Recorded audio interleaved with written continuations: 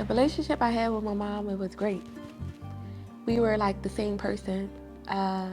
Sometimes too much alike. We'll bump heads sometimes, not often. Uh, we liked the same things. We like watching movies. We like listening to music, blasting it.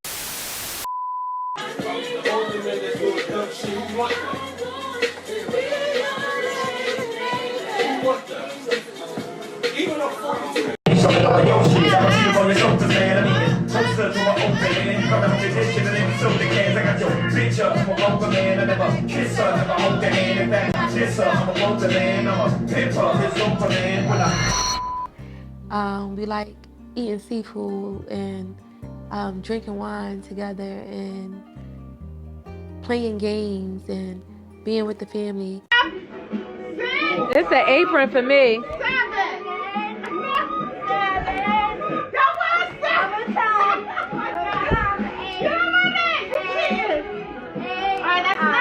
My relationship with my mother, we was really good.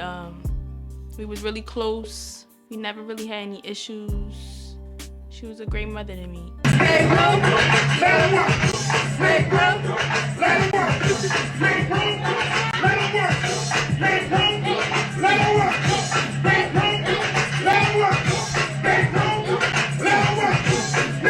My mom, she was always like available. Like anytime I'm like, oh mom, I'm bored, can I come over? Or just popping up. Like she was always just available and free and always wanted to be bothered.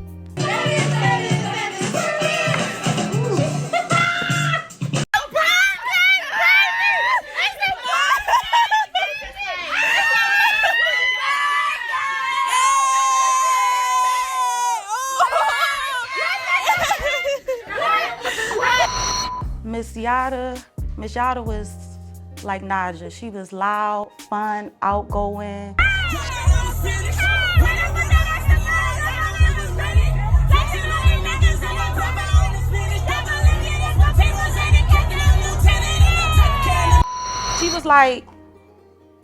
She was like another mom that I had. She would always, if we came out, if we was all meeting up at Naja house, because Naja house was the meet-up house if we was going out, Miss Yada would hype us up, tell us how good we looked always. She was just happy. She would show that she was happy. It's hard to explain. But she was just like a fun, loving mom, like your second mom. She would be up dancing, playing the game.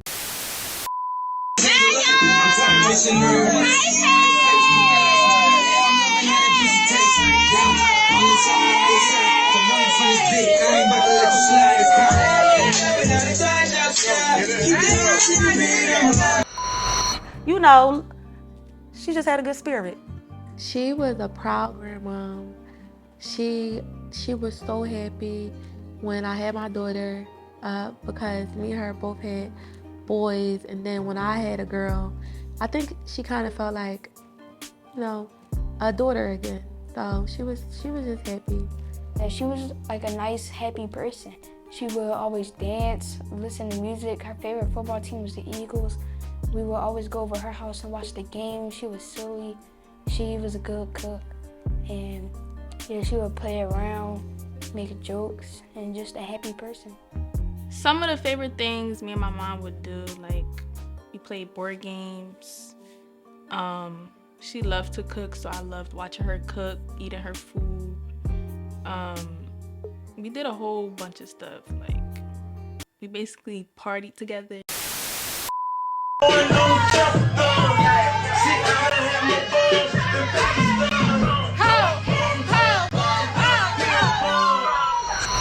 Cause she was like, she had a young soul, so.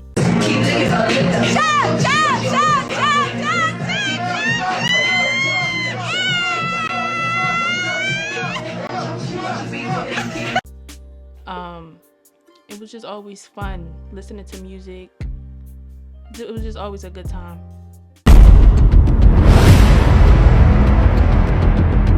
On January 5th, 2021, that was the same day that I was closing in on buying my house.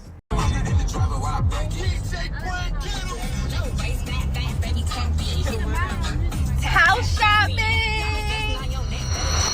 The last conversation I had with my mom was the night before, and I called her and I asked her to borrow her car so I could move some things into my new house because I was, signing it the next day. And maybe 4 or 5 in the morning, my stepdad called me, and I just had this phone call with my son dad a few weeks prior, so my sleep pattern was off. Anybody called me, I'm jumping up, I'm scared. So when I got another call at that time of night, I'm just like, something's wrong.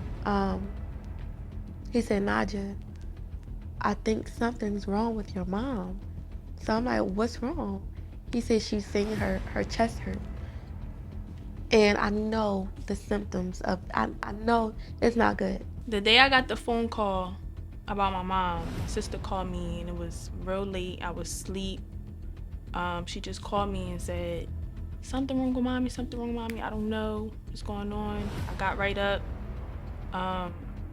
made my way to my mom's house. And then from that point on, we was just waiting and waiting.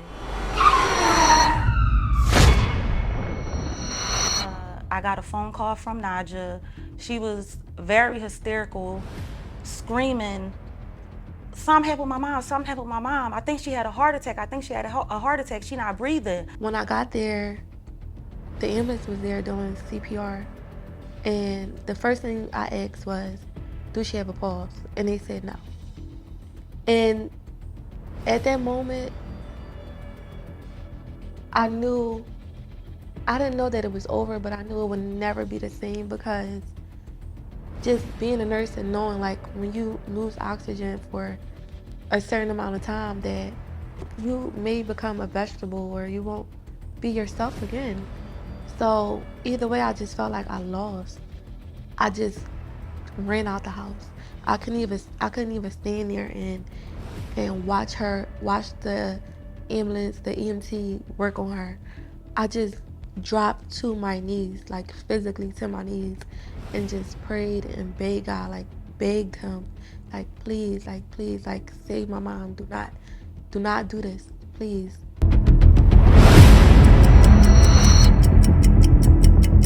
They decided to take her to the hospital, but they were doing CPR in the house for like 15 minutes, and I'm just like, this is too long. This is way too much time without her having oxygen to her brain. Like, this is bad. She called me hysterically crying, screaming and hollering like, something wrong with my mom, something wrong with my mom. They saying she had a heart attack. Jamal saying she had a heart attack, but she hasn't been breathing for over 15 minutes. Like, she been without oxygen for too long. They won't give her no oxygen. She been without it for too long. That's all she kept screaming. But on the way her screaming that, I'm on my way. I already got myself together, and at the time I was like in so much pain, like so much pain. I got myself together and drove my car. I haven't even drove in weeks. I got myself together and I drove my car on my way there. That's all she keeps screaming is, she been without oxygen too long. She been without oxygen for too long. And I'm just trying to calm her down, like, just relax, Naja, just relax. It's going to be okay. Relax. She keeps screaming, like, talking to the EMTs. Can y'all please give her some oxygen? Can y'all please give her some oxygen? All they keep saying is, she not stable. And that's all I hear. And she just screaming. I didn't know. I didn't have a understanding what was going on at the time of the phone call. I just got up and went to her home, went to Ms. Yada's home. When I got there, she was already on her way to the hospital in the ambulance, and this was during the pandemic, so she couldn't have no family members or nothing go over, ride over to the hospital. No one could be at the hospital. But I just remember getting that phone call, hearing how hysterical my friend was. It just like, this sadness just came over me, because I know she was, going through it, watching her mom, or, getting the news that her mom was in distress. I went over to the house. Like I said, by the time I got to the mom's house, she was already on her way to the hospital. We immediately went over to the hospital. We could not go in the hospital. We didn't care. We just all migrated outside of the hospital door. It was freezing until we got answers or heard that she was doing okay. They immediately took her back to work on her. We was there for about an hour, and Naja said that it was okay that we could go because she was stable. So they took her to the hospital. They were working on her, and the doctor said, we're trying to do everything we can. Then he came back and said she had a pulse. So I'm like, all right, she have a pulse, but she been what, maybe 30 minutes now without oxygen. This is bad still. Then he came back and he asked for all of us to come. And I kind of knew what he was going to say.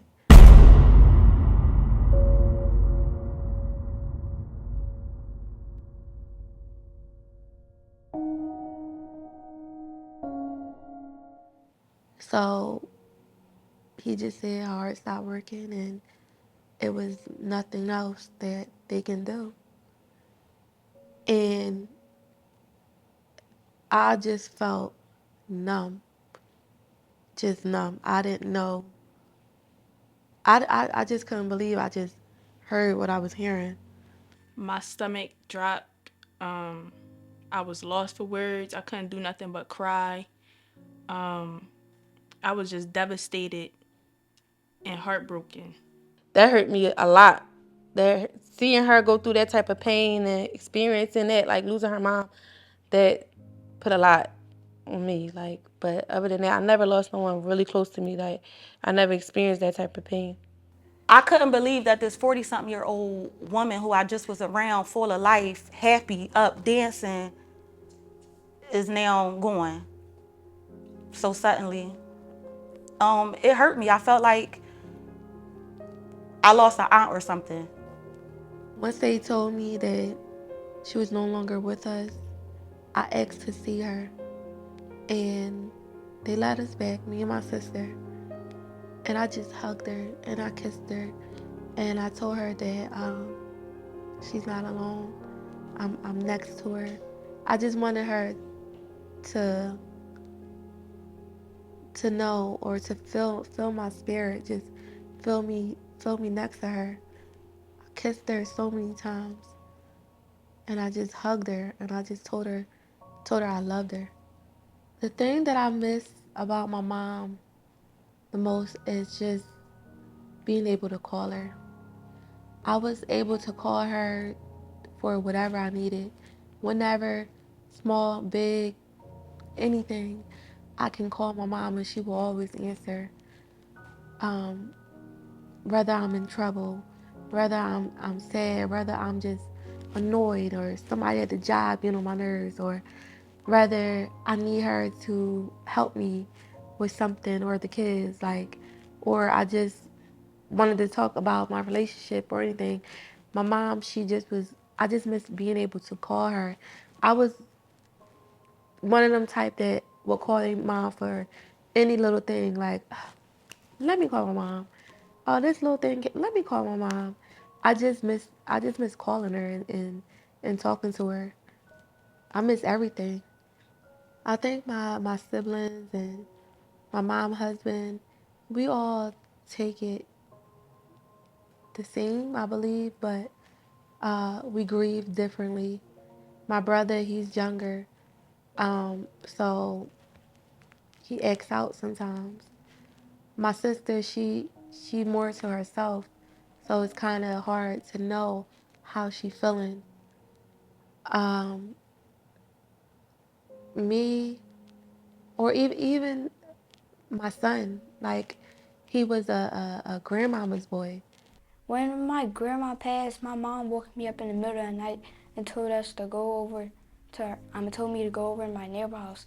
So my neighbor opened the door and let me in, and I was just in her room.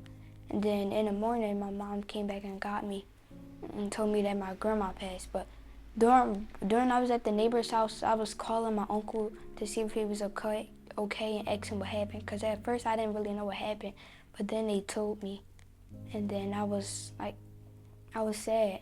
I know I would miss her and all her jokes and how happy she was. and all the stuff we used to do.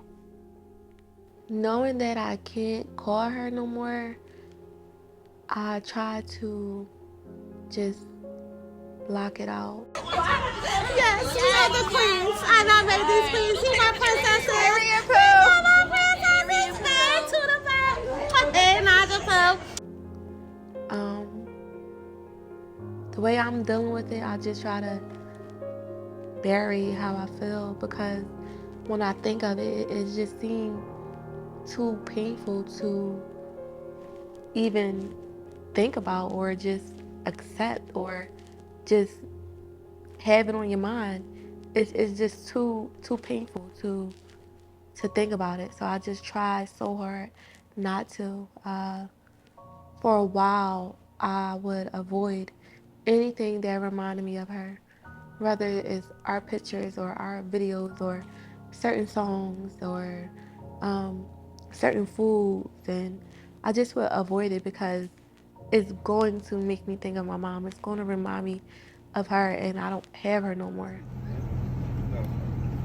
I want to say thank you to everyone that's coming out for my mom. As bad as I want to just break down on this mic right now, my mom would want me to turn up for her. Right. So we're going to celebrate her because she was full of life. She was full of energy. That was my twin. That was my best friend. And she's still going to live on through me. So this is for my mom. We love you. We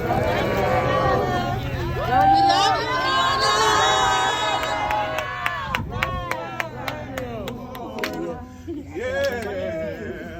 If I can take the pain, the heartaches it brings,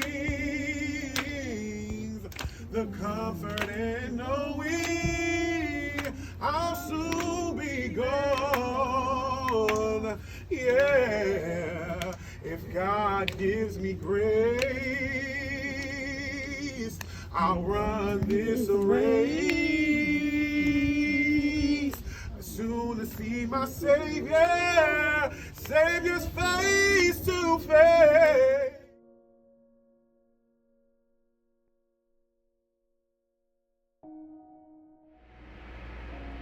I cried so hard today. I threw up.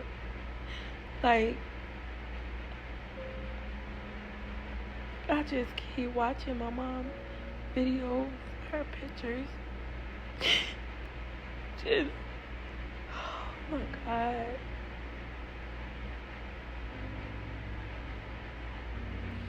It's so hard. Like, it's so hard. She been gone since January, and I still cry every day.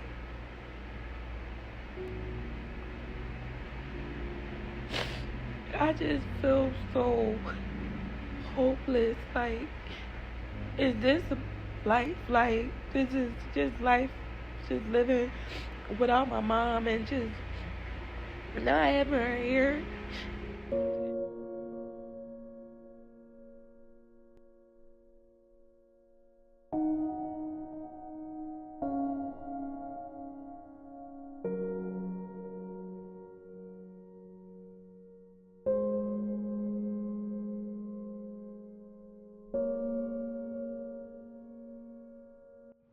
This whole time since my mom been gone, she didn't visit me in my dream yet. And I was praying and pleading, like, please come visit me. And she finally did. And it felt so real. We were just sitting on the couch. We were watching our TV shows, laughing, listening to music, talking. And I just remember me saying, wait, how are you in front of me when you're not here no more? And then I woke up from the dream. And I was sad, and I tried not to cry because I didn't want to scare her from coming back and thinking that she made me sad and didn't want to see me cry again. So I tried to hold it in, but I really couldn't. But I'm hoping she'll come visit more often. I want her to.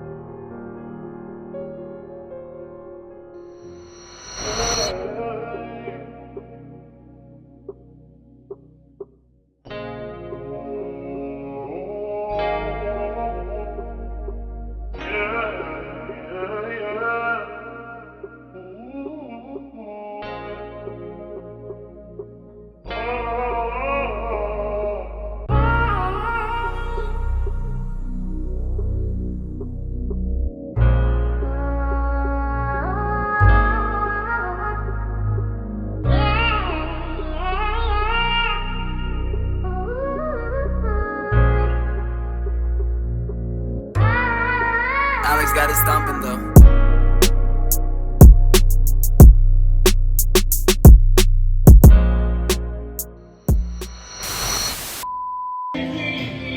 Long live Yada!